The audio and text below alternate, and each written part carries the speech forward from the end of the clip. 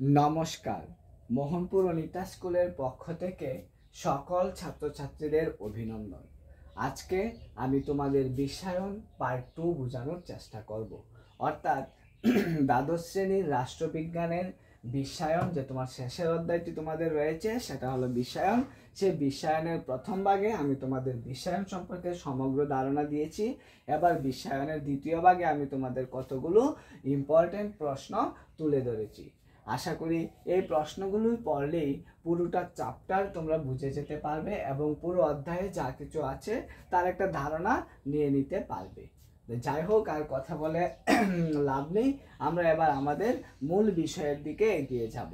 আমাদের আজকের মূল বিষয় হলো বিশ্বায়নের যে কতগুলি ইম্পর্টেন্ট প্রশ্ন, সেই ইম্পর্টেন্ট প্রশ্নগুলিকে দিয়ে দেওয়া এবং সেগুলি নিয়ে আলোচনা করা।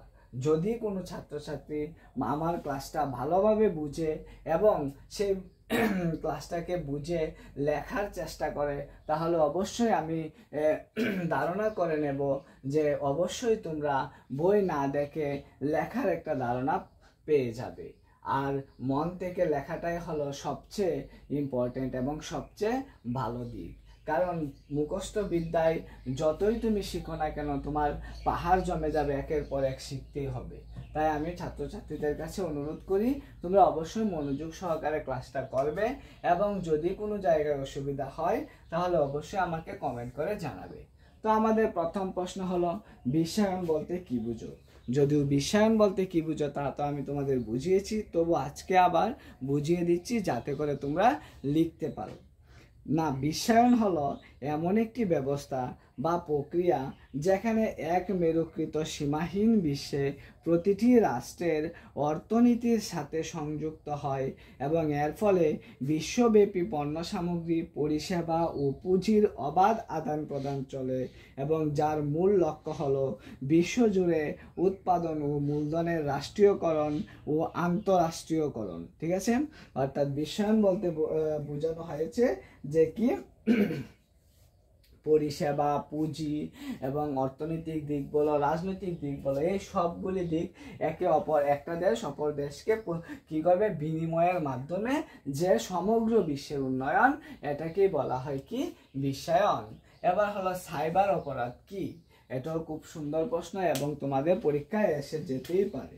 না, সাইবার অপরাধ হলো আধুনিক টেলিযোগাযোগের নেটওয়ার্ক ও মোবাইল ফোন ইত্যাদির অপরাধমূলক ব্যবহার।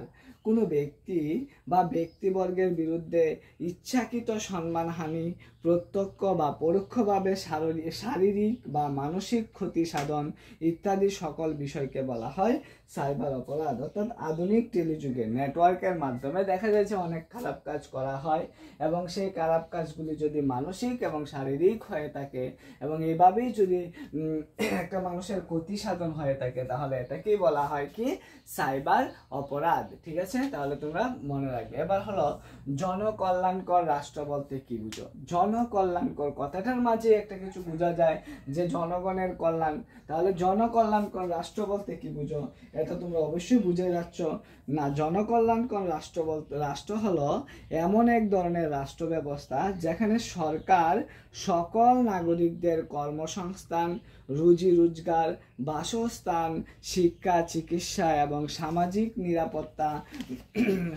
নিরাপত্তাও দেয় এবং দেখা যায় যে কি সামাজিক নিরাপত্তার ব্যবস্থা করে এবং অন্যভাবে বলা যায় যে রাষ্ট্র জনগণের ব্যক্তিসত্তার পরিপূর্ণ বিকাশের সুযোগ সৃষ্টি করে এবং তাদের প্রতিভাকে যথার্থভাবে পুরস্কৃত করে। তাকেই বলা হয় জনকল্যাণকর রাষ্ট্র। মানে জনগণের কল্যাণের জন্য যে সরকার কাজ করে এবং জনগণের কি যাতে জনগণের কি হয়, রোজগার, বাসস্থান, শিক্ষা এবং চিকিৎসা ও সামাজিক দিক থেকে জনগণ উন্নতি লাভ করতে পারে, এই ধরনের যে রাষ্ট্রীয় ব্যবস্থা বা এই ধরনের ব্যবস্থার জন্য সরকার যে নীতি গ্রহণ করে থাকে, এটাকেই বলা হয় কি জনকল্যাণকর রাষ্ট্র। বা সরকার কাজ করে তাকে জনকল্যাণের জন্য, এটাকে বলা হয় জনকল্যাণকর রাষ্ট্র। এবার আন্তর্জাতিক অর্থভাণ্ডার বলতে কি বুঝো? ঠিক আছে, আন্তর্জাতিক অর্থভাণ্ডার অবশ্যই তোমরা, এটা আমি বুঝিয়ে দিয়েছিলাম, আবার আজকে বুঝিয়ে দিচ্ছি। আন্তর্জাতিক অর্থভাণ্ডার বলতে কি বুঝো বা আন্তর্জাতিক অর্থ ভাণ্ডারের দুটি উদ্দেশ্য কি? ঠিক আছে না, আন্তর্জাতিক অর্থ ভাণ্ডারের দুটি উদ্দেশ্য হলো বৈদেশিক বিনিময় হারে স্থায়িত্ব আনা এবং প্রতিযোগিতামূলক মুদ্রা মূল্য হ্রাস পরিহার করা। কি হয়েছে?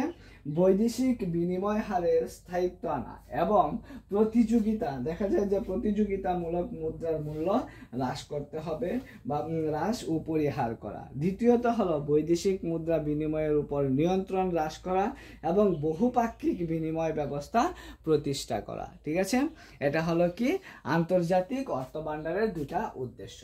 এবার হলো অর্থনৈতিক বিশ্বায়নের দুটি বৈশিষ্ট্য লিখো। না, অর্থনৈতিক বিশ্বায়নের দুটি বৈশিষ্ট্য কি?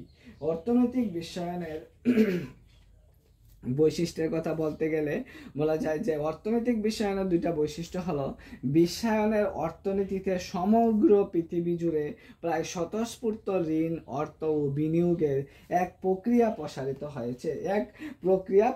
হয়েছে। তারপর হলো কি অর্থনীতিতে বিশ্বায়নের ফল আন্তর্জাতিক সংস্থাসমূহ সমগ্র পৃথিবীকে একটি মাত্র উপাদান ও পণ্য পরিষেবার বাজার হিসেবে গড়ে তোলার ব্যাপারে বিশ্বব্যাপী বিস্তার লাভ করাই হলো অর্থনৈতিক বিশ্বায়নের দুটি বৈশিষ্ট্য। এবার হলো বিশ্বায়নের দুটি বৈশিষ্ট্য কি? না, অর্থনৈতিক বিশ্বায়নের বৈশিষ্ট্য তো আমরা পড়েছি, এবার শুধু বিশ্বায়নের বৈশিষ্ট্য বলতে কি বুঝো? না, বিশ্বায়নের বৈশিষ্ট্য হলো উদারীকরণ। ঠিক আছে, মানে উদার নীতি গ্রহণ করা কি? অর্থাৎ অভ্যন্তরীণ ও বাহ্যিক উভয় ক্ষেত্রে সরকারি ক্ষমতা ও কৃতিত্বের উপর নিয়ন্ত্রণ আরোপ করা এবং বেসরকারি উদ্যোগে বাজার ব্যবস্থার ক্রমবর্ধমান অগ্রগতিকে বলা হয় উদারীকরণ। মানে বেসরকারি ক্ষেত্রে যে বাজারীকরণ এটাকে অগ্রগতি করা, মানে উন্নতি করার ক্ষেত্রেই ওটাকে বলা হয় উদারীকরণ। তারপর হলো বেসরকারীকরণ। বিশ্বায়নের যুগে বেসরকারীকরণের প্রবণতা ব্যাঙের ছাতার মতো গজিয়ে উঠেছে। বেসরকারীকরণ বলতে সরকারি মালিকানা থেকে বেসরকারি মালিকানায় রাষ্ট্রীয় সম্পত্তির হস্তান্তর এবং রাষ্ট্রীয় দায়িত্ব সংকোচনকে বোঝায়। এবার তোমাদের প্রশ্ন নিশ্চয় স্যার বেসরকারীকরণ কি? না, বেসরকারীকরণ না, প্রাইভেটাইজেশন যেটাকে বলা হয়, মানে প্রাইভেট। দেখবে আমাদের অনেক সময় দেখা যায় বিদ্যুৎ কি হয়, প্রাইভেটে চলে গেছে, অর্থাৎ অন্য সরকার মালিকানায় থাকে না, কিন্তু আবার আমরা ইচ্ছা করলে যদি তাদের কাজটা পছন্দ না হয় তাহলে আমরা আবার এটাকে সরকারি নিতে পারবো। অর্থাৎ বিশ্বায়নের যুগে বেসরকারীকরণের প্রবণতা ব্যাঙের ছাতার মতো গজে ওঠে, মানে আস্তে আস্তে ধীরে ধীরে এটা বেড়ে চলেছে। কেননা বেসরকারি বলতে সরকারের মালিকানা থেকে বেসরকারি মালিকানায় রাষ্ট্রীয় সম্পত্তির হস্তান্তর এবং রাষ্ট্রীয় দায়িত্বের সংকোচনকেই বোঝানো হয়। ঠিক আছে, এবার হলো যে প্রশ্ন তোমাদের বিশ্বায়নের মূল লক্ষ্য কি? না, বিশ্বায়নের লক্ষ্য কি? বৈশিষ্ট্যটা আমরা পড়লাম, এবার বিশ্বায়নের মূল লক্ষ্য কি? না, বিশ্বায়নের লক্ষ্য হলো বিশ্বব্যাপী পুঁজিবাদী ব্যবস্থার সম্প্রসারণ করা। অর্থাৎ বিশ্বব্যাপী যে পুঁজিবাদী ব্যবস্থাতে আছে এটাকে সম্প্রসারণ করা এবং সরকারি মালিকানা থেকে বেসরকারি মালিকানায় রাষ্ট্রীয় সম্পত্তির হস্তান্তর করা। অর্থাৎ সরকারি মালিকানা থেকে জিনিসগুলিকে বেসরকারি মালিকানায় রাষ্ট্রীয় সম্পত্তিকে হস্তান্তরিত করবে। এটা আমরা বিশ্বায়নের দুটি বৈশিষ্ট্যের মধ্যে পড়েছিলাম। এবার হলো বিশ্ব সামাজিক ফোরাম কি বা ওয়ার্ল্ড সোশিয়াল ফোরাম কি এবং সেই সম্পর্কে আলোচনা করো। অর্থাৎ এই প্রশ্নটা তোমাদেরকে 5 মানের মধ্যে দিতে পারে বা 4 মানের মধ্যেও দিতে পারে। বিশ্ব সামাজিক ফোরাম কি? আগে আমাদের জানতে হবে বিশ্ব সামাজিক ফোরাম কি, তারপর জানবো সেই বিশ্ব সামাজিক ফোরাম সম্পর্কে আলোচনা করব। ঠিক আছে? না, বিশ্ব সামাজিক ফোরাম হলো বিশ্ব সামাজিক একটি আন্তর্জাতিক সংগঠন যার মূল পরিবেশ রক্ষার ব্যাপারে বিশ্বজুড়ে সক্রিয়। অর্থাৎ যেটা মূলত পরিবেশ রক্ষার ব্যাপারে মানে পুরা বিশ্বজুড়ে সক্রিয়। প্রকৃতপক্ষে এটি একটি মানবাধিকার, যুব শ্রমিক, নারী প্রমুখ সমাজকর্মীদের নিয়ে গঠিত নব বিশ্বায়নের বিরুদ্ধে বিশ্বব্যাপী যৌথ সংগঠন যারা বিশ্বায়নের বিকল্প হিসাবে শিল্প উন্নয়ন, সামাজিক ও আর্থিক ন্যায়বিচারের বিকল্প পথ প্রদর্শন করে। এরা পুঁজিবাদীদের বিরুদ্ধে সোচ্চার হয়েছে, মানে যারা পুঁজিবাদী ছিল তাদের বিরুদ্ধে আন্দোলনের জন্য তারা কি করেছে? সোচ্চার হয়েছে। তাছাড়া বিশ্ব সামাজিক ফোরাম একটি আন্তর্জাতিক বেসরকারি সংগঠন যার মূল পরিবেশ রক্ষার ব্যাপারে, মানে যেটা মূল পরিবেশ রক্ষার ব্যাপারে বিশ্বজুড়ে সক্রিয় বা প্রকৃতপক্ষে এটি একটি মানবিক অধিকার। যুব শ্রমিক, নারী প্রভৃতি সমাজকর্মীদের নববিশ্বায়নের বিরুদ্ধে বিশ্বব্যাপী যৌথ একটা সংগঠন। এই মঞ্চে বিশ্বায়নের বিকল্প হিসেবে শিল্প উন্নয়ন, সামাজিক ও আর্থিক ন্যায় বিচারের বিকল্প পথ প্রদর্শন করে থাকে। এই সংগঠন সর্বদা মানুষের আত্মনির্ভরতা এবং পুঁজিপতিদের শোষণের বিরুদ্ধে সোচ্চার হয়েছেন, অর্থাৎ একটা প্রতিবাদ বললেও হয়। অর্থাৎ এরা IMF বা WTO এর অন্যায় ও বৈষম্যমূলক শর্ত ও চুক্তির বিরোধিতা করেছেন। অর্থাৎ IMF এবং WTO আমাদেরকে একটা শর্ত রেখেছিল বা কয়েকটা শর্ত, এই শর্তগুলির বিরোধিতা করেছে। সম্প্রতি WTO এর সম্মেলনের বাইরে ব্যাপক বিক্ষোভ প্রদর্শন করেছে এই মঞ্চ প্রতিষ্ঠার ক্ষেত্রে ব্রাজিলের একটি বড় ভূমিকা রয়েছে। 2001 খ্রিস্টাব্দে ব্রাজিলের পুয়ের্তো অ্যালেগ্রে শহরে প্রথম এই সম্মেলন অনুষ্ঠিত হয়েছিল। ভারতের মুম্বাই শহরে 2004 খ্রিস্টাব্দে এর চতুর্থ সম্মেলন অনুষ্ঠিত হয়। সাম্প্রতিক সম্মেলন অনুষ্ঠিত হয়েছে কেনিয়ার নাইরোবিতে। ঠিক আছে, তাহলে তোমরা অবশ্যই সেই ওয়ার্ল্ড সোশ্যাল ফোরাম বা বিশ্ব সামাজিক ফোরাম সম্পর্কে জেনে গেছো। এবার হলো রাজনৈতিক বিশ্বায়ন বলতে কি বুঝো? রাজনৈতিক বিশ্বায়নের প্রভাব আলোচনা করো। না, রাজনৈতিক বিশ্বায়ন বলতে কি বুঝো সেটা আগে আমরা বুঝি, তারপর এটার প্রভাবটা নিয়ে চিন্তা করব। না, রাজনৈতিক বিশ্বায়ন হলো এক ধরনের প্রক্রিয়া যেখানে আন্তর্জাতিক সংস্থাগুলি কোনো একটি একক রাষ্ট্রের ভৌগোলিক সীমানার মধ্যে নিজেদের কর্মকাণ্ডকে সীমাবদ্ধ না রেখে বিশ্বব্যাপী নিজেদের ক্ষমতা ও ভোগপণ্যকে সম্প্রসারিত করতে উদ্যোগী হয়।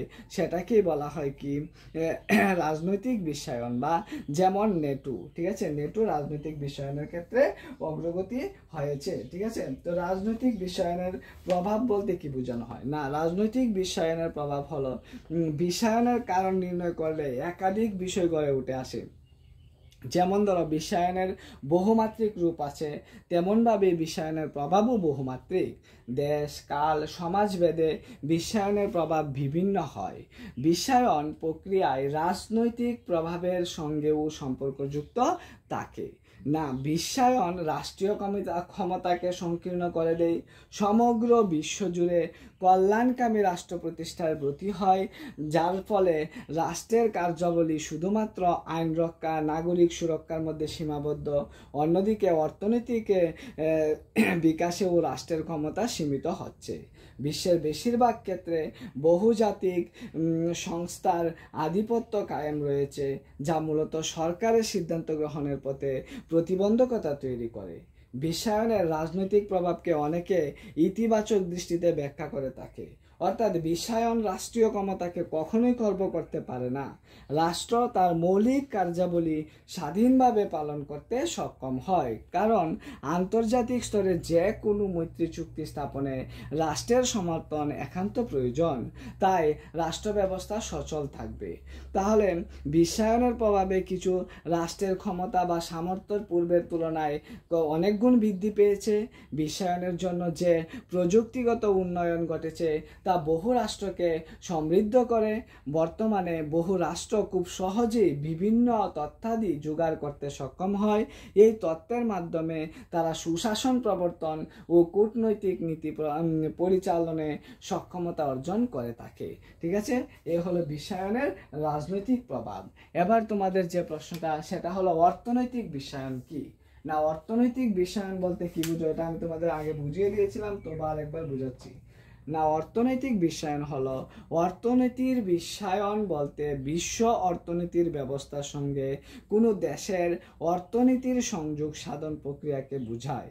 অন্যভাবে বলা যায়, কোনো একটি দেশের অর্থনৈতিক বিষয়ের উপর আরোপিত নিয়ন্ত্রণমূলক বিধিগুলিকে অপসারণ করে দেশীয় অর্থনীতিকে বিশ্ব অর্থনীতির কাছে উন্মুক্ত করাই হলো অর্থনৈতিক বিশ্বায়ন। তাহলে মূল কথাটা তোমরা অবশ্যই বুঝে নেবে যে কি কি কোনো একটি দেশের অর্থনৈতিক বিষয়ের উপর আরোপিত নিয়ন্ত্রণমূলক বিধিগুলিকে অপসারণ করে দেশীয় অর্থনীতিকে বিশ্বের অর্থনীতির কাছে উন্মুক্ত করে দেওয়াই হলো অর্থনৈতিক বিশ্বায়ন। এবার তোমাদের যে লাস্ট প্রশ্ন সেটা হলো বিশ্বায়ন কাকে বলে, বিশ্বায়নের কারণগুলি আলোচনা করো। বিশ্বায়ন কাকে বলে এটা তো আমি তোমাদের প্রথমে বুঝিয়ে দিয়েছি। এবার বিশ্বায়নের কারণ বলতে কি বুঝো না, বিশ্বায়ন ধারণাটি বহুমাত্রিক হওয়ায় তার উদ্ভবের কারণও বহুমাত্রিক প্রকৃতির। তার 4টি কারণ আমি তোমাদের সামনে তুলে ধরেছি। একটা হলো বিশ্বায়নের উদ্ভবে প্রযুক্তির অবদান অনস্বীকার্য। ছাপাখানার আবিষ্কারের মাধ্যমে যেভাবে মধ্যযুগীয় ব্যবস্থার অবসান হয়, ঠিক তেমনি অত্যাধুনিক প্রযুক্তি যথা টেলিগ্রাফ, টেলিফোন, কম্পিউটার, স্মার্টফোন ইত্যাদির আবিষ্কার যোগাযোগ ব্যবস্থাকে সচল করেছে। বর্তমানে পৃথিবীর এক প্রান্ত থেকে অন্য প্রান্তে পণ্য, অর্থ, শ্রমিকের আদান প্রদান ও বিশ্বায়নের বিকাশের ফলেই সম্ভব হয়েছে। তারপর হলো কি বিভিন্ন আন্তর্জাতিক সংস্থা, আন্তর্জাতিক অর্থ ভান্ডার, বিশ্ব ব্যাংক এই সংস্থাগুলি বিশ্বায়নের পথকে আরো মসৃণ করেছে। তাছাড়া রয়েছে কি নয়া উদারনীতিবাদের উদ্ভব হলো বিশ্বায়নের উদ্ভবের অন্যতম কারণ। নয়া উদারনীতিবাদ অর্থনৈতিক ক্ষেত্রে অবাধ নীতিকে গুরুত্ব দেয়, তাই বলা যায় অর্থনীতির অবাধ নীতিকে কার্যকর করার দ্বারাই বিশ্বায়নের প্রেক্ষাপট রচিত হয়েছে। ঠিক আছে, তো আমি তোমাদেরকে কমন প্রশ্নগুলি দিলাম এবং সেগুলি বুঝিয়েও দিলাম। ক্লাসটা কেমন লাগলো তা জানিয়ে অবশ্যই আমাকে কমেন্ট করবে, কারণ তোমাদের কমেন্টের উপর নির্ভর করে আমার পরবর্তী ক্লাসটা করব। ঠিক আছে, সবাই ভালো থাকবে।